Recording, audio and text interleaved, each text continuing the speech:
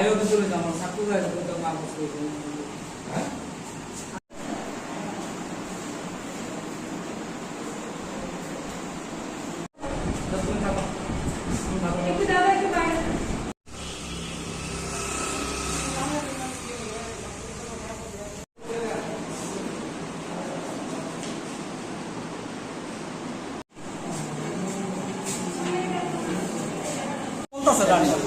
আচ্ছা, আপনার আপনার বাড়ি কোন জায়গায়? আমার বাড়ি গোকুলনগর সুকান্তপুর।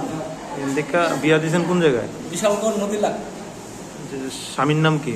স্বামীর নাম নাসিরউদ্দিন। এই যে আপনার মেয়ের উপর নির্যাতন, এটা কবে নাগাদ শুরু হয়েছে? এটা নির্যাতন বিয়া দেওয়ার পরে মনে হয় 2-3 মাস ভালো আছিল, এরপরের থেকে নির্যাতন প্রায় ঘরপোটালিভাবে ঘরোয়াভাবে আমরা বইছি 3-4 বার, মীমাংসা করে দিয়েছি। এই নির্যাতনের মূল কারণ কি, কেন করে এরা কিছু কয়নি? নির্যাতনের মূল কারণ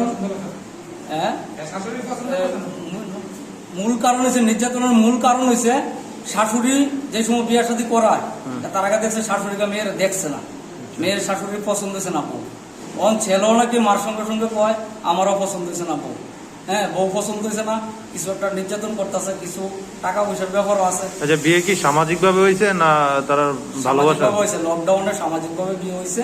হ্যাঁ, বড় ধরনের অনুষ্ঠান করতেছি না, কিছু পারমিশন নাই, মোটামুটি ভাবে আমরা বিয়ে শাদী দিচ্ছি সামাজিক ভাবে। তারা কি পণ চায় বা এমন কিছু চায়, পণ কিছু চায়? মেয়ের মানে কয় কিছু টাকা টাকার ব্যাপারে, দাবি টাবির ব্যাপারে কিছু কয়, বা দাবি টাবি সবকিছু আমি দিয়ে দিছি। হ্যাঁ, সবকিছু দিছি। মেয়ের 2 ভরি 4 আনা স্বর্ণ দিছি, এরপরে প্রায় 60,000 টাকা দামের খাট দিছি। এমনি এমনি ফার্নিচারে গেছে প্রায় আমার 1,30,40,000 টাকা। এই ঘটনার পেছনে এই ঘটনার পেছনে কি কোনো রাজনৈতিক ভাবে কেউ সহায়তা করে বা এমন কিছু আছে ঘটনা? রাজনৈতিক ভাবে বুঝলাম যা এর যে নেতা বা যে যুবকরা আছে বা কিছু কিছু মহিলা টহিলা তার পক্ষধারী কথাবার্তা কয় যে এর লোকই আমার যে শালি বা ভাইরা গেছে তারা হুমকি দিছে নিয়ে না। হ্যাঁ, ডাক্তার কাছে নিয়ে না, রেওয়ান যেত না। নেতার নাম কি কিছু জানেন আপনি? নেতার নামটা আমার সঠিক জানা নাই, প্রধান আছে উপপ্রধান। তারপরে আবার আপনার